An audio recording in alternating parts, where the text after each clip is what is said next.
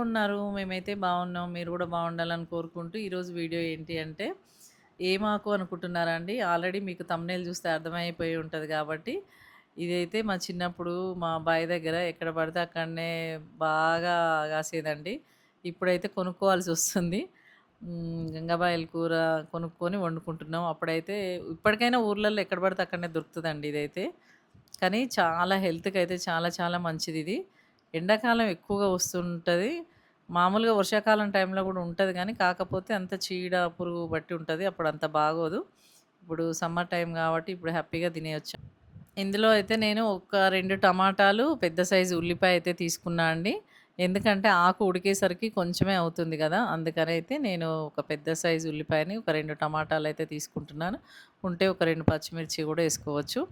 ముందుగా అయితే అన్నీ కడిగి శుభ్రంగా కట్ జేసి పెట్టుకున్నా అండి ఉల్లిగడ్డలు, టమాటాలు.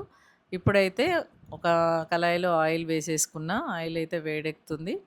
ఇది సింపుల్ అండి. చేసుకోవడం గూడా చాలా ఈజీ ప్రాసెసు. వెంటనే ఇంట్లో మన పూల కుండీలల్లో గూడా ఉంటది ఈ ఆకు.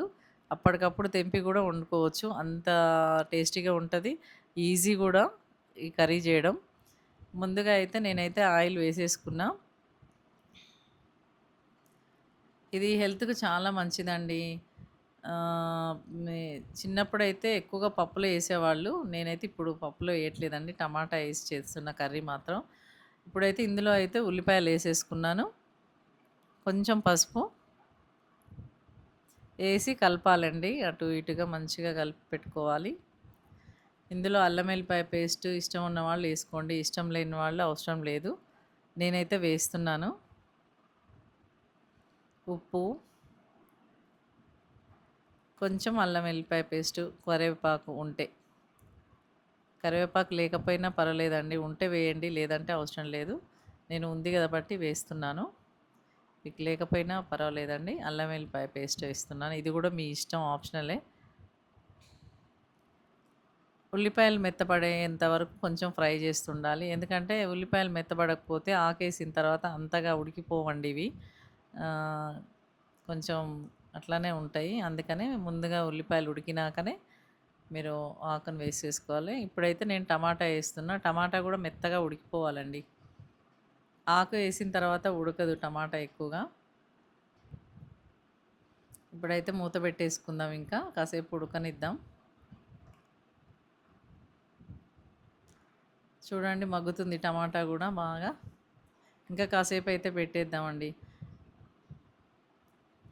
ఇందులో టమాటా లేకున్నా ఉట్టిగనైనా చేసేసుకోవచ్చు. కానీ కాకపోతే కొంచెం పులుపు యాడ్ అవ్వడం వల్ల కూర అనేది టేస్ట్ అనేది బావుంటుంది. అందుకనే టమాటానైతే ఏస్తున్నా అండి ఇందులో. పప్పులోకి గూడా చాలా బావుంటదండి. పప్పులో ఏసినా గానీ చాలా బావుంటది. లేదు అంటే ఎల్లిపాయ కారం ఏసుకొని గూడా చేసుకోవచ్చు. అట్లా గూడా చాలా బావుంటది. గంగవాయల కూరతో రకరకాల కర్రీస్ గూడా జేసుకోవచ్చండి. పప్పులో ఏసుకోవచ్చు, ఇట్లా టమాటాలలో ఏసుకోవచ్చు, వెల్లిపాయ కారం ఏసి చేసుకోవచ్చు. లేదా ఉట్టి ఉల్లిగడ్డ, గంగవాయల కూర ఆకును గూడా ఫ్రై జేసుకోవచ్చు. చాలా చాలా మంచిదండి హెల్త్‌కి మాత్రం. ఇప్పుడైతే గంగబాయల ఆకునైతే వేసేద్దాం. ఎంత ఫ్రెష్‌గా ఉందండి ఆకైతే చూడ్డానికి గూడా భలే ఉంది గదా!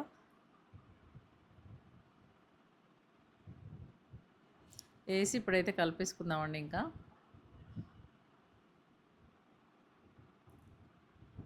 ఇలా మంచిగా కలిపేసుకోవాలి. మూత కొద్దిసేపే పెట్టాలండి. ఎక్కువసేపు పెడతా ఉంటే వాటర్ ఎక్కువొస్తుంటాయి.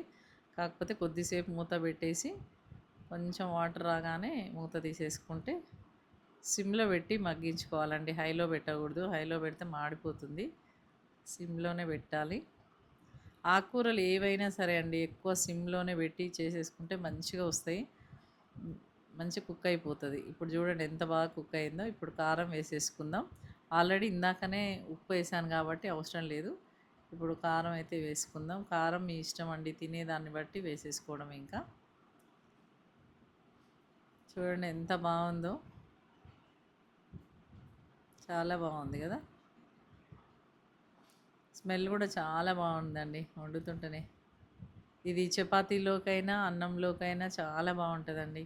మన ఇష్టం ఇంకా చపాతీలోకైతే చాలా బావుంటది. అన్నంలోకి కొంచెం సప్పగా అనిపిస్తుంటది. కాకపోతే టమాటాలు కొంచెం ఎక్కువేసుకుంటే అన్నంలోకి గూడా చాలా బావుంటది. ఇంక నేను 2 ఏసాను గదా! ఇంకొక 2 ఏసుకుంటే ఇంకా బావుంటది. చపాతీలల్లకైతే ఇలా అయితే సరిపోతుందండి. ఎంతో టేస్టీ అయిన గంగవాయల కూరైతే రెడీ అయింది. ఈజీ అండి. ఈ వీడియో గనుక మీకు నచ్చితే ఒక లైక్ ఇచ్చి కామెంట్ జేయండి. కొత్త వాళ్ళైతే ఛానెల్‌ని సబ్స్క్రైబ్ చేసుకోండి.